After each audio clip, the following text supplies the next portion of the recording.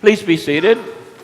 I invite all my children to come and join me here at the altar, and any of you whose bodies don't creak so badly that you can't get up. And even if they do creak badly, come on and sit down with us. Merciful goodness, we've got a good crowd this morning. Morning, morning, morning. Morning, morning, morning. Morning, morning, morning. Morning. Hey, Sam. Hey, Jennifer. Morning, morning. How is everybody? Are you really good, or are you just telling me that? Where are you going? Oh, they're going to sit there? No, it's going to go there. Yeah, what's around the corner? That's what I want to know.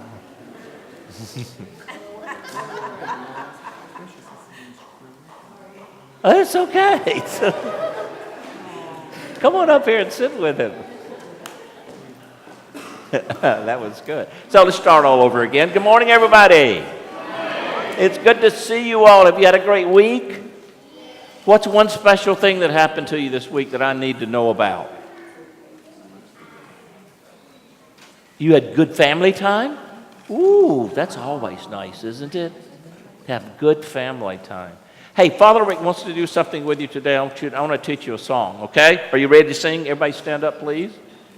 I'm sorry. You just got... Y'all help some of these old folks up over there.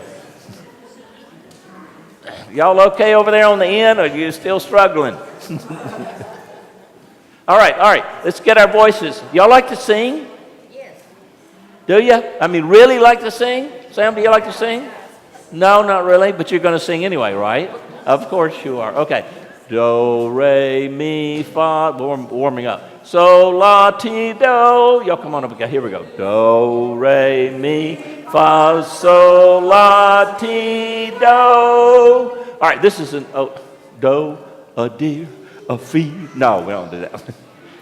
Okay, this is an old church song. And it's easy to sing. I'll sing it through one time with you, and then you can sing it with me. And any of y'all out here who knows this song, join in, please. Okay. Jesus, won't you come by here? Jesus, won't you come by here? Jesus, won't you come by here? Now is the right time. Now is the right time. Jesus, won't you come by here? Okay, everybody, loud. Here we go. Jesus, won't you come by here? Jesus, won't you come by here? Jesus, won't you come by here? Now is the right time. Now is the right time. Jesus, won't you come by here? All right, give it up for yourselves. That was good. Come on, I'll give you a stamp. I got a Halloween stamp. Uno o dos? One or dos? Dos? Here you go. Uno, dos. Let's get this one. Uno, dos. There you go. Okay, here we go. Uno, dos. 1, 2. Hey, how are you today? You look pretty. What's up, dude? Huh? Dos. There you go. How are you today? Good? Oh, gotta have. I did too. You want one, Mom? Get one for her. There you go. There you go.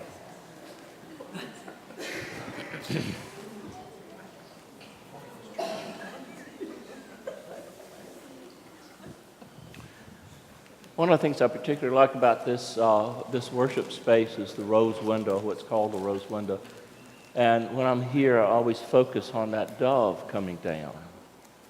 So to get us in the spirit of being in the presence of God and listening to God, let's just focus on that dove for just a few moments and imagine God's presence, ever coming presence in our hearts.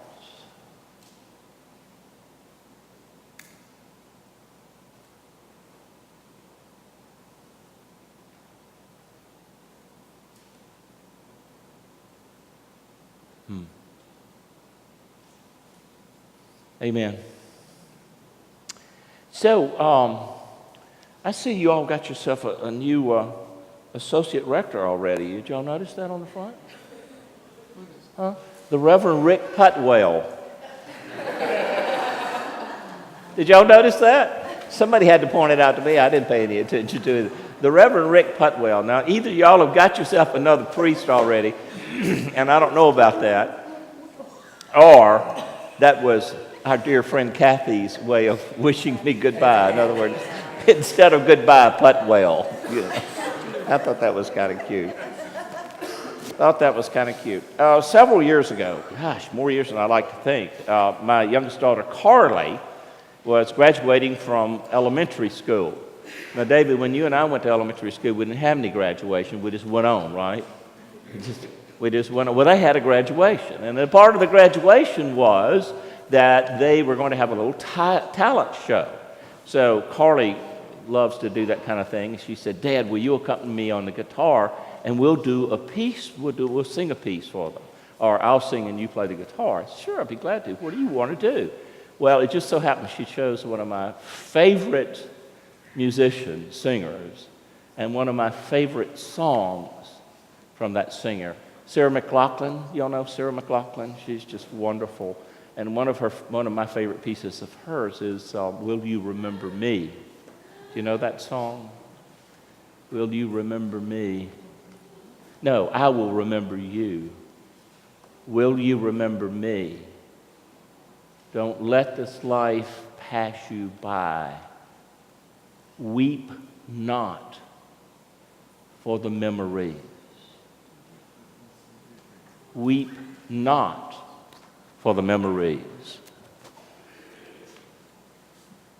Well, gosh, it seems to me that so much of our lives are done like that, isn't it? This morning I got here early and was opening up the side doors of the church, and I opened up those side doors over there, and I walked out there into the labyrinth garden, and I thought to myself, I wish I'd spent more time here.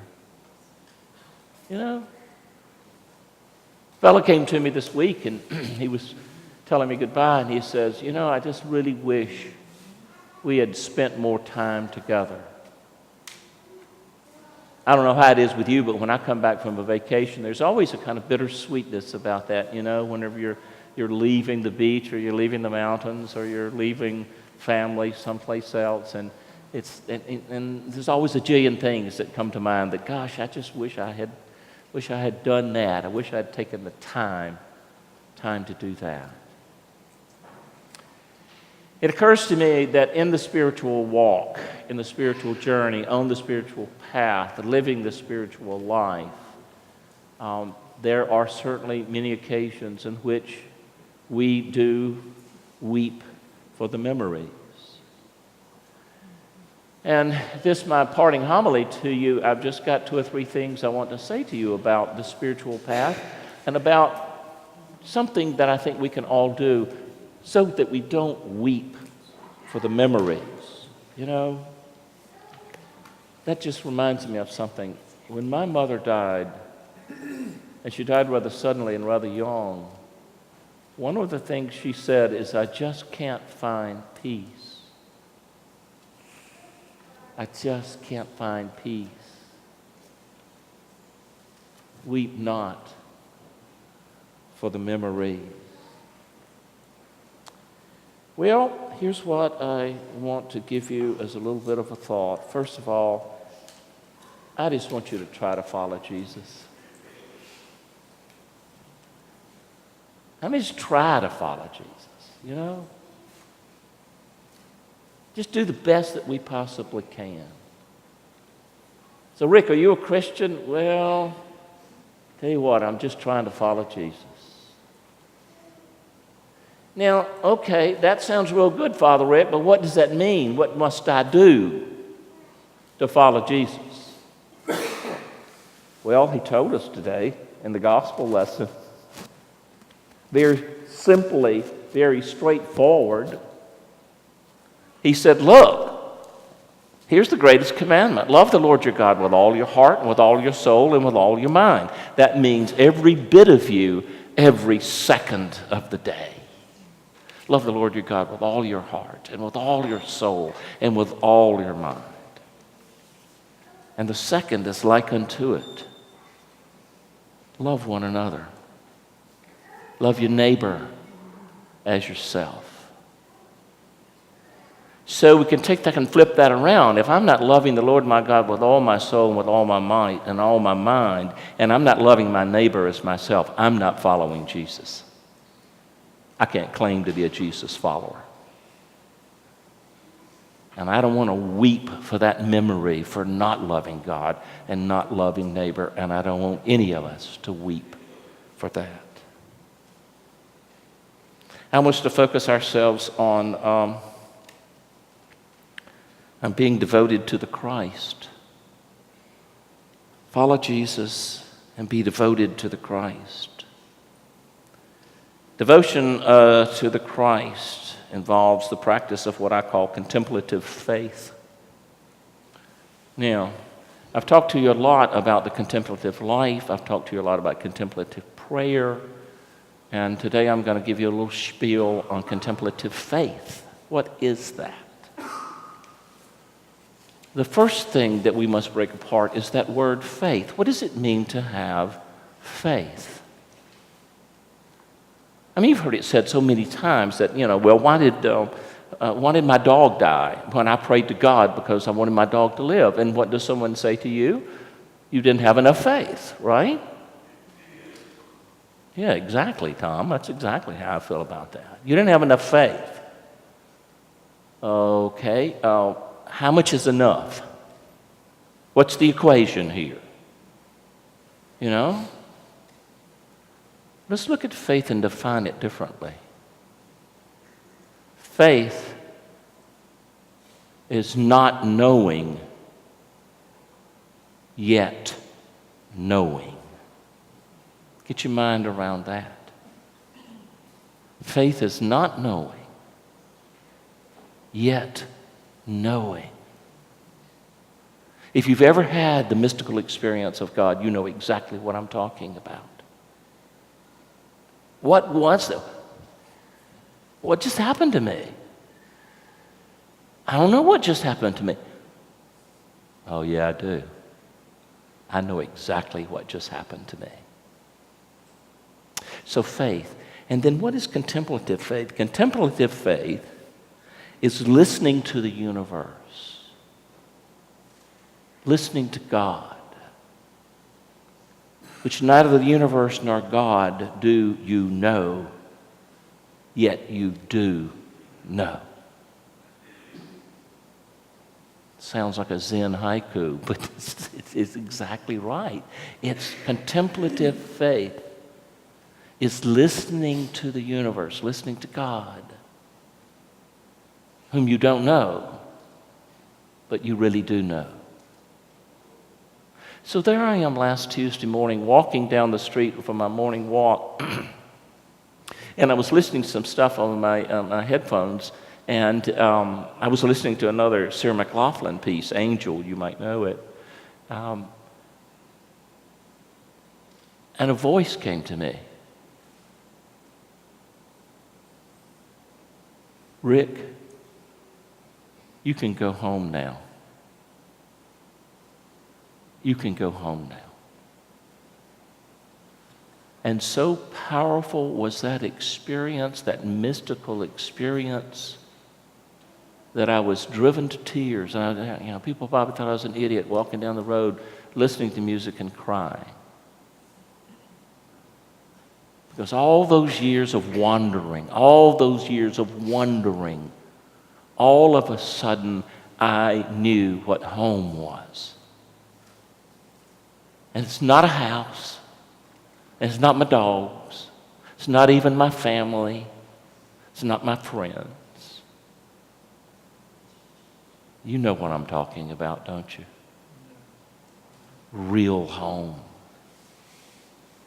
The place where the essence of who I am came from and resides. Rick, you can go home now.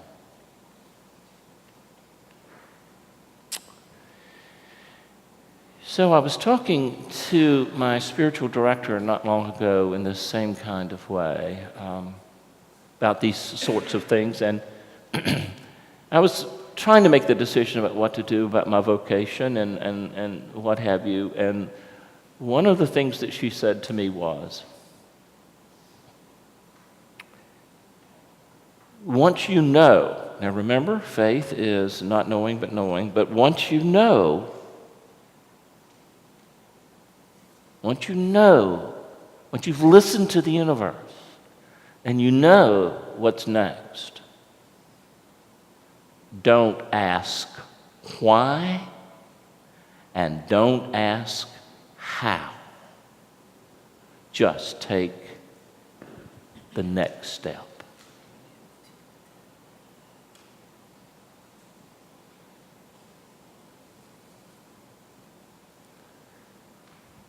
Follow Jesus. Be devoted and love the Christ. Don't ask why. Don't ask how. Just move forward. Those are my gifts to you. So when I was in Ireland, I was with one of my Irish priest friends. There were actually three of them that Father Steve and I have played golf against for a number of years. And David and I, this was my last evening in Dublin, David and I were sitting in his living room.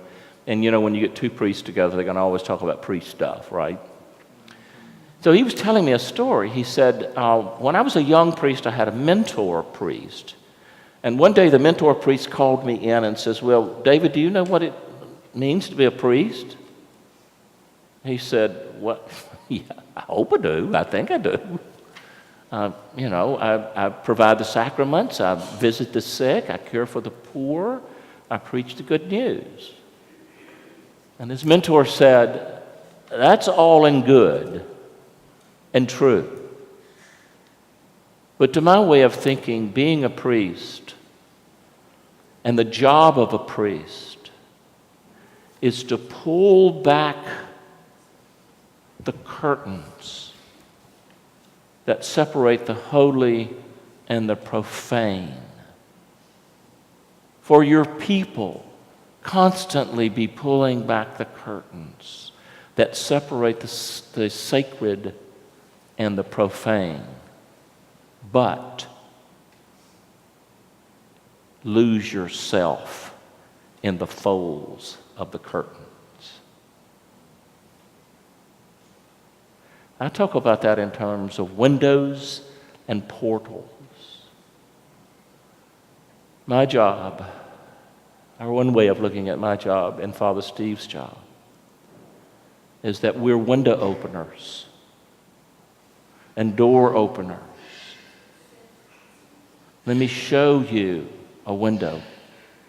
Let me show you this door. And then to get out of the way and let you choose your own path to the heart of God.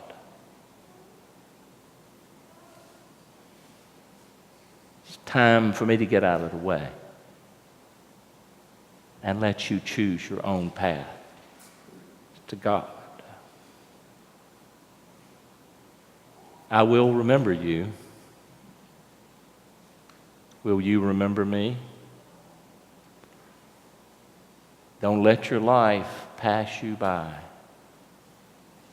Weep not for the memories. Jesus, won't you come by here? Jesus, won't you come by here? Jesus, won't you come by here? Now is the right time. Now is the right time.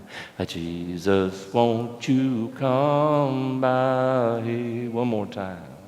Jesus, won't you come by here? Jesus, won't you come by here? Jesus, won't you come by here? Now is the right time. Now is the right time. Jesus, won't you come by here? Amen.